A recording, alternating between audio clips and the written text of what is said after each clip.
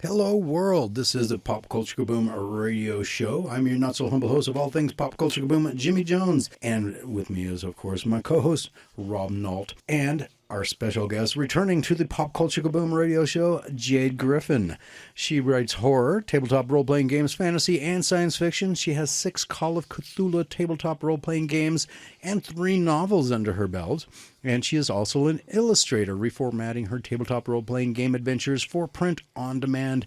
And welcome back to the show. How are you? I'm doing very well this evening. Very well. Okay. On the snow, I don't know where you're at. You're up in Reno, right? Yeah, the Reno Sparks area. Yeah. Right now it is snowing again. Is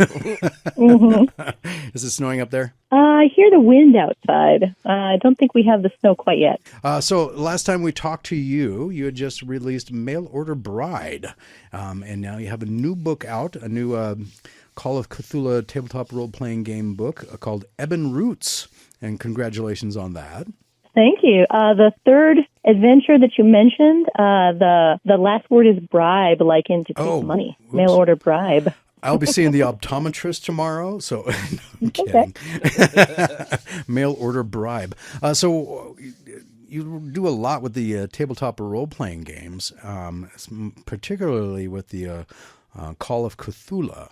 What got you into Call of Cthulhu and writing the adventures for it? Well, I had been a part of other campaigns that were run by some of my friends. I've played some Star Wars, D&D, of course, even some White Wolf and other things. But I found that Call of Cthulhu is my jam. I like the fact of the mortal aspect. It's not you playing a superhero or superhuman. It's you playing a normal person against these cosmic entities and trying to survive. Not go crazy in the process. And that's kind of the big thing there, because it's kind of like a horror survival type role-playing game, right? Yeah, but not with the monotony of, say, zombies. Well, true. But, demons, zombies, it's all the same thing, right? Cosmic entities. No? Well, depends on who you ask. Good point. Good point. So you have your newest one, Ebon Roots. Is that already available, or is that going to be coming out soon? It is available. It's been available since the end of December. It is the 4th adventure that ties in a climax to the first 3 that I published. Okay. And it is considered an adventure called Crossing Guard. What does that mean? Oh, Crossing Guard is something different. That's the modern adventure that I wrote and published. And keep in mind, all of my works, everything is connected. So the modern adventure takes place in modern times, and you get to be somebody who is, has all this technology at their disposal that we use with on a daily basis. But the ones that I normally write take place in the 1920s. So we don't have the internet or the phone usage or things like that. But they are connected. So is it connected as in this takes place in Chicago as well? That one actually takes place here. Oh, in Reno. Interesting. Yeah, Crossing Guard takes place here. Okay, that's interesting. So with Ebon Roots, is this going to be the last of the series, or is there going to be more to the kind of the 1920s-esque Call of Cthulhu series that this is based on? Well, because this is radio, you can't see this huge grin on my face. Oh, there's much more planned. That's where you do the evil laugh. You go, "There's much more planned." And if you do that, then that kind of covers it all.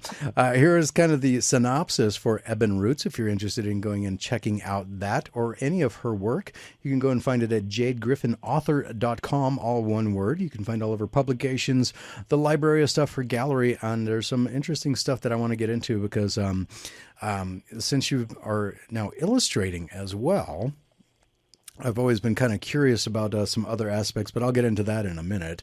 Bustling 1920 Chicago, Illinois is the destination of destiny for investigators in search of answers about lost family. Old enemies and secret societies reshape their past into an immediate present when investigators find themselves in 1907 in the lives of their ancestors under threat from festering forces, added by an ancient fate-altering evil. Content warning, there's bugs, PC's player character swap, I guess PC means player. Homelessness, insanity, time travel, sounds like San Francisco, unclear attraction between two characters of the same gender, death of at least one player character, and human sacrifice. Yeah, it definitely sounds like San Francisco. Warning, there are spoilers in this adventure pertaining to the book The Death of Lacey Moore, Monster Hunter in the 1900s. And if you're reading the book, stop after entry October 5th, 1907. Okay. Yes, as I said, everything's connected. So my Lacey Moore novels are tied directly to the adventures that I write. So much so and intertwined that I put in the content warning both in the book and in the adventure. Eben Roots. Yeah, you put warnings in like that, though, it makes you go, why? What happens after that? Exactly. Now I got to go read the other one to find out what's going on. Well, the reason why I put that in is because a novel is static. You can read it over and over again and always get the exact same words, the exact same outcome. When I wrote them in parallel to each other, I had to write Eben Roots so that there are different outcomes that can happen, because in a role-playing adventure, I wanted the players to have agency. There are certain fixed events, but there are other things that are completely up to the players. So this is the 7th edition Call of Cthulhu adventure, and it's designed for 2 to 6 players, and it runs between 2 to 4 sessions, containing a mix of investigation and combat. The players pick from 6 provided 1922 player characters.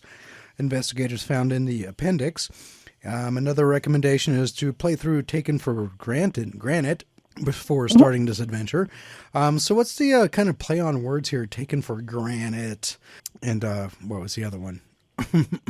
They all have plays on words. The first one, Taken for Granite. It takes place in Graniteville, Vermont. That's why, okay.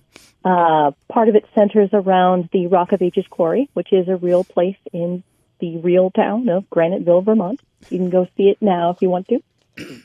Maybe not at night, though.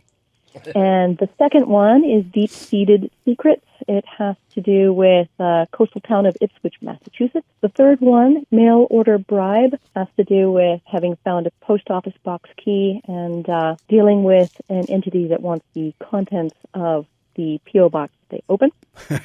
And the fourth one, Eben Roots, has to do with the dark history and the different dark things that they will find, both having to do with their relatives and the events surrounding the disappearance of their relatives. So Mail Order Bribe, that was kind of the other one that was kind of had a play on words. So any kind of association with some kind of a disagreement you had with a postal worker? I mean, that's kind of weird, an entity They find a doll in the post office box. And a very forward Southern woman who really wants it from them. Interesting. So you've gotten into doing illustrations lately, and you're converting all of these for print on demand. I have been an illustrator for a while, but pairing the two together has always been something that I would like to do and have tackled. I do all of the artwork for the creatures that I come up with, and I do all of the formatting for the adventures. I've started using InDesign to do the formatting for that now. I've been using Word for the... So have you considered using this illustration or kind of converting them into more like a graphic novel type of series? Oh, you sound like my husband. Well, it's a very long time. I guess that's your second opinion now. I mean... It is so much faster to write. I am not a fast artist. I'll put it to you that way. Well, hey, you know what? That doesn't matter. I mean, you got plenty of time. You can work on a scene a day or so or whatever. Right? Oh. It takes, on average, because I did do a web comic for 13 years, about 4 to 8 hours to do a single page. It took me a long time. And this was not awesome very detailed artwork. But now it could be, and it'd be so cool to see some of these actually as a graphic novel. Quite honestly, I would love that, and I would love to entertain the prospect if an artist out there was interested.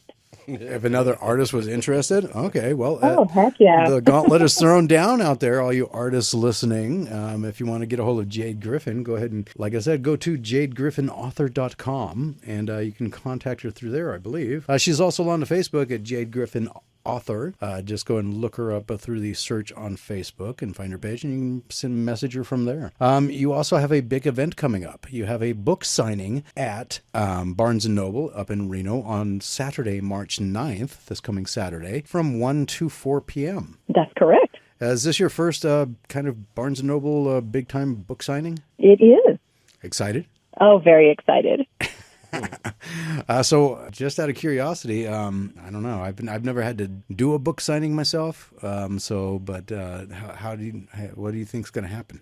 Hopefully. Well, several of my other friends have had book signings the entire month of February, and going into March, they're filling up the time with other authors that are local that are coming in for their own book signings. So I've asked their advice and asked how many books should I bring. I go over there to support them and see what their table setup looks like, and it prepares me for what I should have ready too. Keep in mind I've done some trade shows, a few conventions, and one other book signing at Grassroots Books. But this is the first time at Barnes & Noble. Well, hopefully that means you can expand more into going to other Barnes & Noble locations around the country and doing book signings there. I would love that.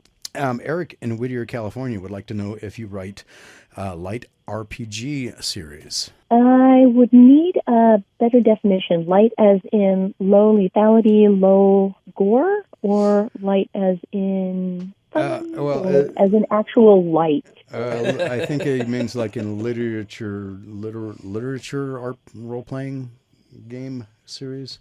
I'm trying to think of a good explanation of what would win. Oh, you mean like a lit RPG? Yes, I just didn't pronounce it correctly, apparently. I do not write those yet, but it has crossed my path to check into that.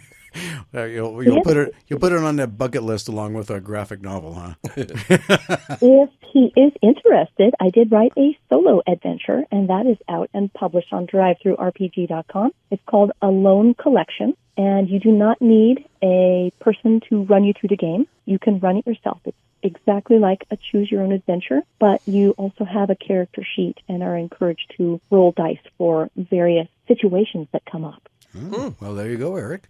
I saw you at RageCon last year, and you were running a kind of a shorter version of the Call of Cthulhu Adventures. I'm just kind of out of curiosity because you're becoming so well known in that community. Have you had the opportunity yet for, say, someone to show up dressed in like the 1920s style?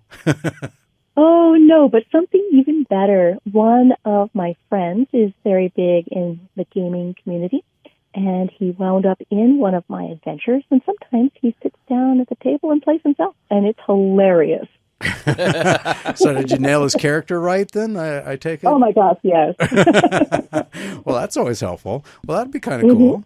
As far as appearances coming up this year, you're going to be at RageCon again this year, and it's going to be actually a kind of a surprise move. They're going to be at the Reno Sparks Convention Center this year. Correct.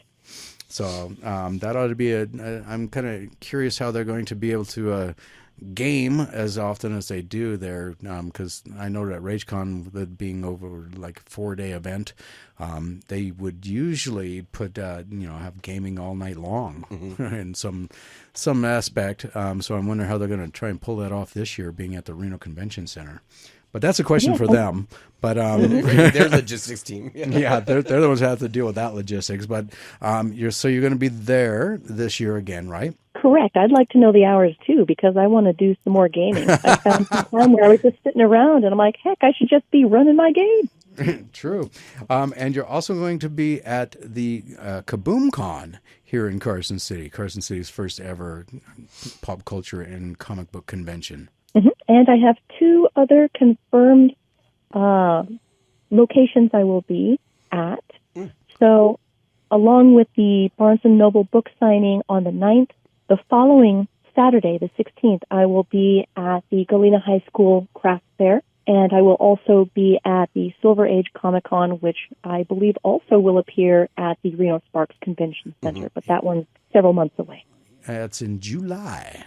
So, but still, a full plate, shall we say, for you to. Oh yeah. Which is always a good thing, but it kind of takes away the time to write more, right? Oh no, it does not take time away from that. So, any planned running any? Are you still running the Call of Cthulhu Adventures that you were doing? I can't remember where you were doing that at. Sometimes I do them at Kobold's Keep, which is a game store kind of behind the Victorian IMAX Theater, run by a good friend of mine, who also made his way into the crossing guard scenario. So look for him in that one. And I'm going to be putting up a notice for a play test. I'm going to be writing another adventure this month, and we'll be play testing it online and probably through Kobold's Keep as well. Okay, interesting. And you just had a story also published in the Aces of Nevada is kind of a new thing that just started up, but they put out an anthology for 2023, stories and poems from Northern Nevada, that you were also a part of. That's correct. That one will also be available at the Barnes & Noble book signing. The short story that I have in there, it's not published anywhere else, too. So if you want to know more about some of the characters that have minor appearances, you will see them in the short story in Aces Anthology. So the short story in Aces Anthology is kind of an extension or a side story for the Call of Cthulhu adventures that you've been writing? Interesting. So any advice for anybody who wants to get into, say, writing for like a Call of Cthulhu type of ventures or anything like that? Because I know a lot of gaming companies are kind of more open to having people add to their games by doing their own kind of adventures and stuff like that. Any advice for somebody who's trying to get into that field or doing that kind of stuff without getting sued? There's no suing involved. Anyone can make a homebrew. You can always make your own scenarios based off of what already exists for the rules and the worlds that are out there under the community content license, at least under Chaosium, who owns the rights to Call of Cthulhu. They encourage the community to write and publish their own adventures. They just have to put that little disclaimer under the OBS community content rules. They're allowed to publish this content, and the idea belongs to the person who's publishing it, but the original stuff belongs to Chaosium. Have you heard from them about what you've been doing with the your series? Have they contacted you and said, we really like what you're doing with our brand? Sorta. Well, it wasn't a cease and desist, right? It was like... Oh, no. That's a good sorta, not a bad sorta. Oh, okay. It's part of my exciting news. As I take it as something that you're kind of keeping under your hat for the moment? For now. It has to do with my move to be able to do my first adventure for print on demand. I've sold enough copies of it that I can reformat it in InDesign, submit it, and they say it'll be good to go. I'll just be able to do print-on-demand copies, and then I'll have those to sell, both at conventions and craft fairs. Awesome. That sounds really good.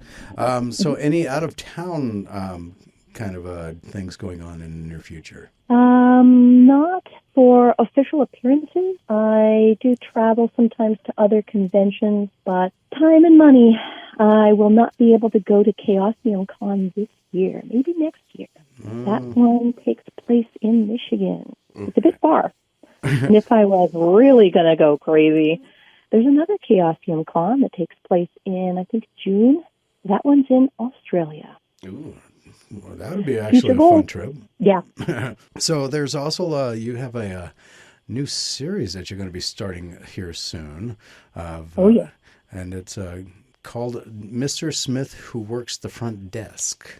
Uh-huh. So any hint on what this is going to be about? Yeah. If anyone has played through either the Eben Roots adventure or has read the Lacey Moore book number 3, they will have encountered this character, Mr. Smith. I have an organization called the Paisley Foundation that on the outside looks like a philanthropic, altruistic company that, helps either put people in office or helps fund museums or soup kitchens or whatever, But what they really do is a bit like Men in Black or X-Files stuff. And that's hidden from the public. But the characters that you can play in the adventures, they are welcomed into this organization not necessarily as employees, but they're given free rein to explore the place. And that's part of what's going to go on in the adventure I'm writing in March. Interesting. Well, I got about 30 seconds left. Eric also wanted to kind of clarify things a little bit. He meant that he was he likes reading. I'll get to it here as soon as I can find it. Hold on. Stupid thing. He likes to choose your own adventure type of stuff. Oh, yes. Then definitely look for a loan collection. I'm in conjunction working with Mr. Smith, who works the front desk. Another adventure is tied to it, an adventure called A Lone Recruit, which is a sequel to that solo adventure. Okay. Well, I'm out of time. If you'd like to talk more with Jade Griffin, go and talk with her at Barnes & Noble this Saturday, March 9th in Reno, 1 to 4 p.m. And we will definitely be seeing you at RageCon, Silver Age Comic Con, and KaboomCon, all 3 this year. So we will be there as well. Again, you can go and check out everything Jade Griffin at jadegriffinauthor.com, all one word. Everything is right there. If you want to go and check out all of her writings, everything else, her webcomic actually links to that as well. And I wish you the best of luck, and I wish I had more time to talk with you. But take care and be safe out there, especially with this crappy weather. Indeed. Thanks for having me. No problem. Everybody else, we'll be back right after this, so don't go anywhere. More Pop Culture Kabooms radio show coming up next.